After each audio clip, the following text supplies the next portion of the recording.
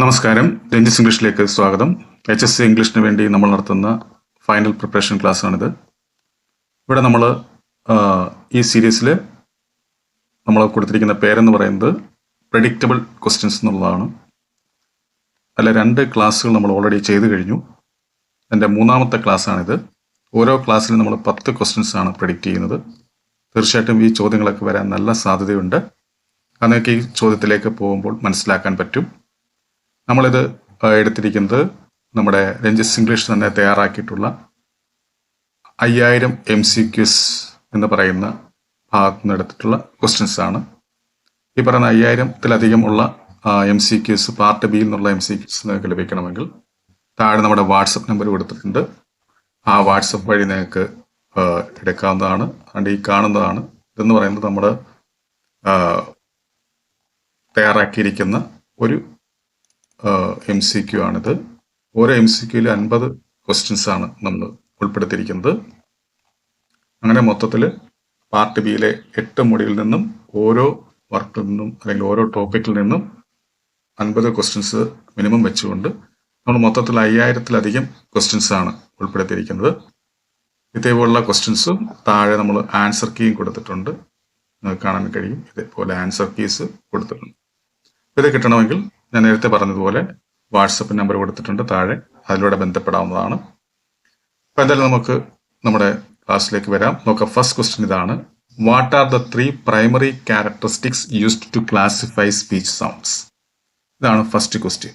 Okay, ഇവിടെ കൊടുത്തിട്ടുണ്ട് articulatory, acoustic, auditory, vowel, consonant, diphthong, place, manner, voicing, tense, lax, rounded എന്ന് കൊടുത്തിട്ടുണ്ട്. അപ്പോൾ ഇതിനകത്ത് ഏതായിരിക്കും കറക്റ്റ് ആൻസർ? സി എന്ന് പറയുന്ന ഓപ്ഷനാണ്. അതായത് പ്ലേസ്, മാനർ, വോയിസിങ് എന്ന് പറയുന്നതാണ് കറക്റ്റ് ആൻസർ. അടുത്ത നോക്കുക. ഇതുവരെ HSIക്ക് ചോദിക്കാത്ത രീതിയിലുള്ള ചോദ്യമാണിത്. ഇതുവരെ കഴിഞ്ഞിട്ടുള്ള മലയാളം, ഫിസിക്കൽ സയൻസ് പോലെയുള്ള പരീക്ഷകൾ നമുക്ക് കാണാൻ കഴിയും. അവിടെയും ഈ പറയുന്ന സ്റ്റേറ്റ്മെന്റ് ക്വസ്റ്റ്യൻസ് ഉണ്ടായിരുന്നു. അതുകൊണ്ട് തന്നെ അതൊന്നും കഴിഞ്ഞ HSI പരീക്ഷകൾ ഇല്ലായിരുന്നു. എന്നാൽ ഇപ്പോൾ അത് കണ്ടു തുടങ്ങി. അപ്പോൾ അതുകൊണ്ട് ഇംഗ്ലീഷിലും നമുക്ക് ഇത്തരത്തിലുള്ള സ്റ്റേറ്റ്മെന്റ് ക്വസ്റ്റ്യൻസും പ്രതീക്ഷിക്കാം. ഇതെല്ലാം കൂടി ഉൾപ്പെടുത്തിയാണ് ഞാൻ നേരത്തെ പറഞ്ഞതുപോലെ നമ്മുടെ MCQയിൽ ഉൾപ്പെടുത്തിയിരിക്കുന്നത്. അതിൽ നിന്നും തെരഞ്ഞെടുത്ത ചോദ്യങ്ങളാണ് നമ്മളിവിടെ ഡിസ്കസ് ചെയ്യുന്നത്. അപ്പോൾ ഈ ക്വസ്റ്റ്യൻ നോക്കുക. അസർഷൻ നോക്കുക. The windmill in Animal Farm symbolises the pigs manipulation of other animals. Reason കൊടുത്തിരിക്കുകയാണ്. The windmill is built to provide electricity and improve the lives of all animals. ഇങ്ങനെ ഒരു അസർഷനും ഒരു റീസണും കൊടുത്തിട്ടുണ്ട്. ഇതിനകത്ത് ഏതാണ് ഇവിടെ കൊടുത്തിരിക്കുന്നതിൽ ശരി? ഓപ്ഷൻസ് കൊടുത്തിട്ടുണ്ട്. എന്താണ്? Both A and R true and R is the correct explanation of A. Both A and R are true but R is not the correct explanation of A. A is true but R is false. A is false but R is true എന്നിങ്ങനെ കൊടുത്തിട്ടുണ്ട്. ഇതിനകത്ത് ഏതായിരിക്കും ശരിയായിട്ടുള്ള answer? ഏതായിരിക്കും? Both A and R true and R is the correct explanation of A എന്ന് പറയുന്നതാണ് correct answer. A എന്ന് പറയുന്ന ഓപ്ഷൻ. നേരത്തെ ചോദ്യം which event occurs first in the novel.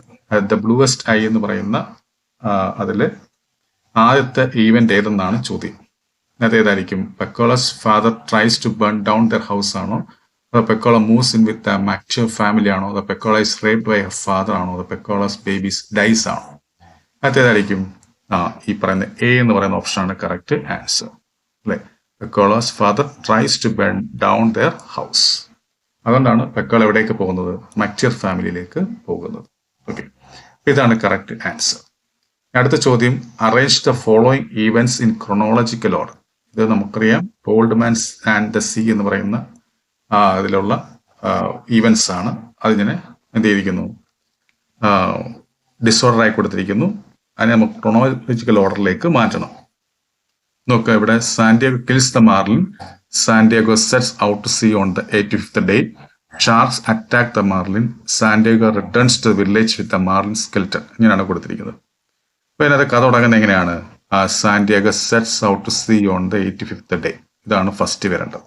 Okay, then എന്ത് സംഭവിക്കുന്നു? Santiago kills the marlin. ഇതാണ് രണ്ടാമത് സംഭവിക്കുന്നത്. Okay, then shark attacks the marlin. ഇതാണ് മൂന്നാമത് സംഭവിക്കുന്നത്. പിന്നെ ഇത് നാലാമത്. ഇവിടെ സംഭവം ഇങ്ങനെയാണ്. 2, 1, 3, 4 എന്ന് വേണ്ടത്. അത് A എന്ന് പറയുന്ന ഓപ്ഷനാണ്. ഇതാണ് കറക്റ്റ് ആൻസർ. അടുത്ത ചോദ്യം നമുക്ക് നോക്കാം. Which literary device is used when Bartley insist on going to the sea despite his mother's warnings. അതായത് റൈഡേഴ്സ് ടു സീയിലെ ഒരു സന്ദർഭമാണ് പറഞ്ഞിരിക്കുന്നത്. അവിടെ ഏത് ലിറ്റററി ഡിവൈസ് ആണ് ഉപയോഗിച്ചിരിക്കുന്നത് എന്നുള്ളതാണ് ചോദ്യം. മെറ്റഫർ ആണോ, സിംബോളിസം ആണോ, ഇമേജറി ആണോ, ഫോർ ഷാഡോയിങ് ആണോ? ഏതായിരിക്കും ശരിയായിട്ടുള്ള ആൻസർ? ഫോർ ഷാഡോയിങ് ആണ്. അത് ഫോർ ഷാഡോ. ഇതാണ് കറക്റ്റ് ആൻസർ. അടുത്ത ചോദ്യം, what is the climax of the play Riders to the Sea? Riders to the Sea എന്ന് പറയുന്ന പ്ലേയുടെ ക്ലൈമാക്സ് എന്താണ് ചോദിക്കുന്നത്. നമുക്കറിയാം ക്ലൈമാക്സ് എന്ന് പറയുമ്പോൾ ടേണിംഗ് പോയിന്റ് ആണ്, ഈവൻസിന്റെ ടേണിംഗ് പോയിന്റ് ആണ്, അല്ലെങ്കിൽ എൻഡിലേക്ക് നയിക്കുന്ന ടേണിംഗ് പോയിന്റ് നമ്മൾ ക്ലൈമാക്സ് എന്ന് പറയുന്നത്. ഇവിടെ ലാസ്റ്റ് സീൻ എന്നല്ല ചോദിച്ചിരിക്കുന്നത്, ക്ലൈമാക്സ് എന്നാണ് ചോദിച്ചിരിക്കുന്നത്. ഓക്കെ, അത് ശ്രദ്ധിക്കുക. ലാസ്റ്റ് സീൻ എന്ന് പറയുന്നത് എന്തായിരിക്കും? മൗര്യാസ് ഫൈനൽ മോണോലോഗാണ്. അപ്പൊ അതെഴുതി വെക്കാൻ സാധ്യതയുണ്ട്. പക്ഷെ ഇവിടെ ചോദിക്കുന്ന ക്ലൈമാക്സ് ആണ്, ഇതിലേക്ക് നയിച്ച ഈവന്റ് എന്തെന്നുള്ളതാണ്. ഏതാണത്? ബാർട്ടീസ് ഡെത്ത് ആണ്. സോ ഇതാണ് കറക്റ്റ് ആൻസർ. ബി എന്നുള്ളതാണ് ശരിയായിട്ടുള്ള ആൻസർ. ഇനി നോക്കുക, ഗ്രാമറൽ ഭാഗത്തുനിന്നുള്ള ചോദ്യമാണ്. By next month he dash English for 2 years. ഈ ക്വസ്റ്റ്യൻ തമ്മിൽ ചെറിയ നേരിയ റിസംബ്ലൻസ് ഉണ്ട്. ഇവിടെ നോക്കിയത് തുടങ്ങിയിരിക്കുന്നത് ബൈ നെക്സ്റ്റ് മന്ത് എന്ന്, അതേപോലെ ഇവിടെ ബൈ നെക്സ്റ്റ് ഇയർ എന്ന് പറഞ്ഞാണ് തുടങ്ങിയിരിക്കുന്നത്. ഓക്കെ, അപ്പൊ ഇവ തമ്മിലുള്ള വ്യത്യാസം എന്ന് പറയുന്നത് എന്താണ്? നമുക്ക് ഇതെല്ലാം ഫ്യൂച്ചർ ടെൻസ്. നെക്സ്റ്റ് എന്ന് കേൾക്കുമ്പോഴേ നമുക്കറിയാം ഫ്യൂച്ചർ ആണ്, നമുക്ക് മനസ്സിലായി അല്ലെ? ഫ്യൂച്ചർ ആണ്. അപ്പൊ ഫ്യൂച്ചർ ടെൻസ് ആണ് ഇവിടെ എഴുതേണ്ടത്.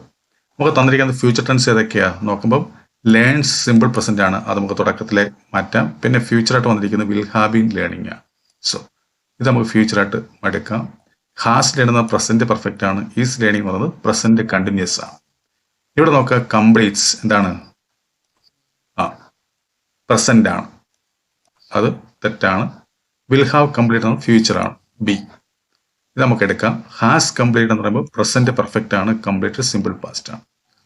അപ്പോൾ നമ്മൾ നോക്കുമ്പോൾ ഇവിടെ ബൈ നെക്സ്റ്റ് എന്ന് തുടങ്ങിയിട്ട് ഇവിടെ ആൻസർ ആയിട്ട് വന്നിരിക്കുന്നത് വിൽ ഹാവ് ബീൻ ലേണിംഗ് എന്ന്. എന്നാൽ ഇവിടെ നോക്കുമ്പോൾ വിൽ ഹാവ് കംപ്ലീറ്റഡ് എന്നാണ് കൊടുത്തിരിക്കുന്നത്. അതായത് ഇതെന്ന് പറയുന്നത് ഫ്യൂച്ചർ പെർഫെക്റ്റ് കണ്ടിന്യൂസ് ടെൻസും ഇത് ഫ്യൂച്ചർ പെർഫെക്റ്റുമാണ് അല്ലേ? അപ്പം എന്താണ് ഇവിടുത്തെ വ്യത്യാസം നോക്കുമ്പോൾ by next month he dash English for 2 years. ഇവിടെ ഫോർ 2 years എന്ന് പറയുന്നുണ്ട് അല്ലേ? പിന്നെ 4 കഴിഞ്ഞിട്ട് ഒരു പീരീഡ് ഓഫ് ടൈം തരികയാണെങ്കിൽ നമ്മൾ മനസ്സിലാക്കേണ്ട കാര്യം അവിടെ വരേണ്ടത് ഫ്യൂച്ചർ പെർഫെക്റ്റ് കണ്ടിന്യൂസ് ടെൻസ് ആയിരിക്കണം. എന്നാൽ ഇവിടെ നോക്കുമ്പോൾ അങ്ങനെ 4 പീരീഡ് ഓഫ് ടൈം ഇല്ല. അങ്ങനെയുള്ള സാഹചര്യത്തിൽ നമ്മൾ ഉപയോഗിക്കേണ്ടത് എപ്പോഴും എന്തായിരിക്കണം? ഫ്യൂച്ചർ പെർഫെക്റ്റ് ടെൻസ് ആയിരിക്കണം.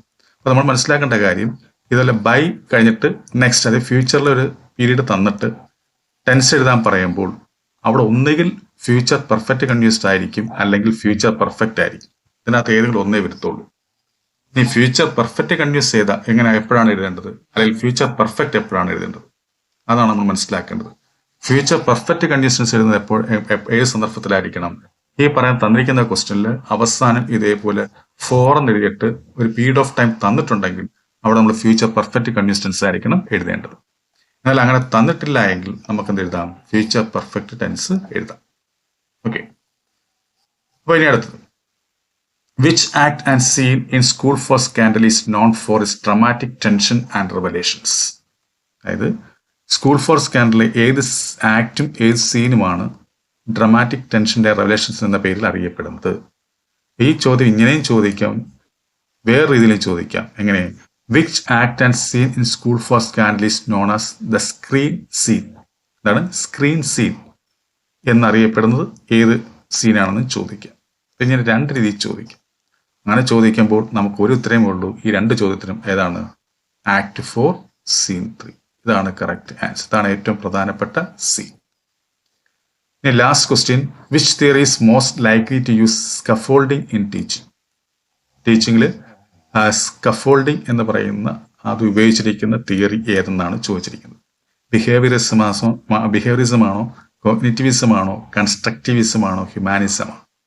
ഏതാണ് കറക്റ്റ് ആൻസർ? കൺസ്ട്രക്റ്റിവിസം എന്നാണ്. ഇതാണ് ശരിയായിട്ടുള്ള ആൻസർ. അപ്പൊ ഇത്രയും ചോദ്യങ്ങളാണ് നമ്മൾ ഇതിനകത്ത് ഉൾപ്പെടുത്തിയിരുന്നത്. നമ്മളെല്ലാ സീരീസിലും ചെയ്യുന്നത് പോലെ ഒരു പ്രത്യേക ക്വസ്റ്റ്യൻ നിങ്ങൾക്കും തരും.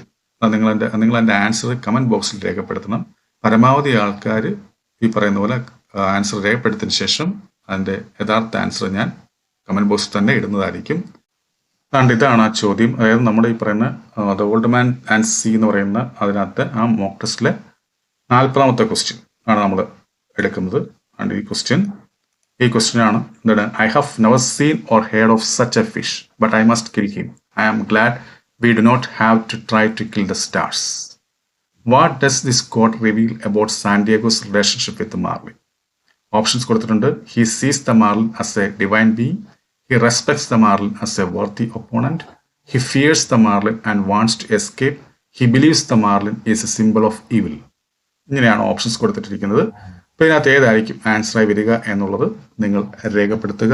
ഓക്കെ, അപ്പോൾ എന്തായാലും ഈ ക്ലാസ് നിങ്ങൾക്ക് മനസ്സിലായി ഞാൻ കരുതുന്നു. തീർച്ചയായിട്ടും ഈ പറയുന്ന 10 ക്വസ്റ്റ്യൻസും നമ്മൾ പ്രെഡിക്റ്റ് ചെയ്യുന്ന ഈ ക്വസ്റ്റ്യൻസ് എല്ലാം വരട്ടെ എന്ന് ആഗ്രഹിക്കുന്നു. കഴിഞ്ഞ 2022 HSC ഇംഗ്ലീഷിൽ നമ്മൾ പറഞ്ഞ കുറേ ക്വസ്റ്റ്യൻസ് ഇതേപോലെ പ്രെഡിക്റ്റ് ചെയ്ത കുറേ ക്വസ്റ്റ്യൻസ് ചോദിച്ചിരുന്നു. അന്ന് ചെയ്ത വീഡിയോസിൻ്റെ താഴെ കമൻറ്റ് ബോക്സിൽ കമൻറ്റ് കണ്ടാൽ നിങ്ങൾക്ക് അറിയാം അന്ന് പരീക്ഷ എഴുതിയവർ ആ രീതിയിൽ കമൻറ്റ് ചെയ്തിട്ടുണ്ട്. അപ്പോൾ എന്തായാലും ഈ വരുന്ന HSC പരീക്ഷയിൽ നിങ്ങൾക്ക് നല്ല മാർക്ക് കിട്ടട്ടെ എന്ന് ആശംസിച്ചുകൊണ്ട് നിർത്തുന്നു. നന്ദി, നമസ്കാരം. മത്സര പരീക്ഷകളിൽ ഇംഗ്ലീഷ് ആണോ നിങ്ങളെ കുഴപ്പിക്കുന്നത്? എന്നാൽ ഇനി ആ ടെൻഷൻ വേണ്ട. ഇപ്പോൾ തന്നെ രഞ്ജിത്ത് ഇംഗ്ലീഷ് എന്ന ലേണിംഗ് ആപ്പ് ഡൗൺലോഡ് ചെയ്യൂ. Kerala PSC, SSC, UPSC, bank തുടങ്ങിയ എല്ലാ പരീക്ഷകൾക്കുമായിട്ടുള്ള ലൈവ് ആൻഡ് റെക്കോർഡഡ് ക്ലാസുകൾ ലഭ്യമാണ്. Ranjith English makes you smart in English.